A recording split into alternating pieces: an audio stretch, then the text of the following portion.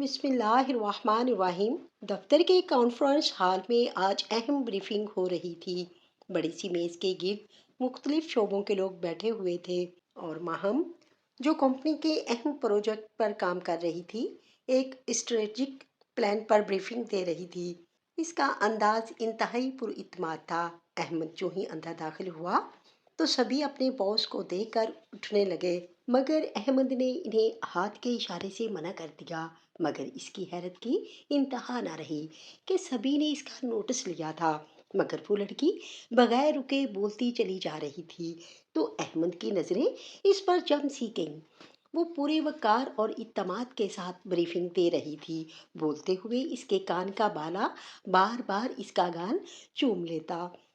اس کے سرخ سفید چہرے میں اتنی جاذبیت تھی کہ احمد کو اس کی بریفنگ پر توجہ دینی مشکل ہو گئی، اور وہ لڑکی نہیں، ایک حیرت کدا تھی، اور وہ ایک بچے کی طرح اسی بس تکے ہی جا رہا تھا۔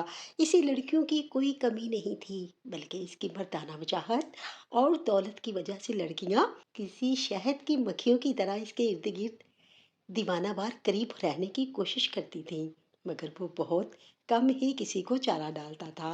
وہ زندگی کے کسی بھی مرحلے پر ہوتا، چاہے آفس میٹنگ ہوتی یا دوستوں کی پارٹیز، لڑکیوں کی آنکھوں میں اپنے لیے ستائش ضرور دیکھتا تھا۔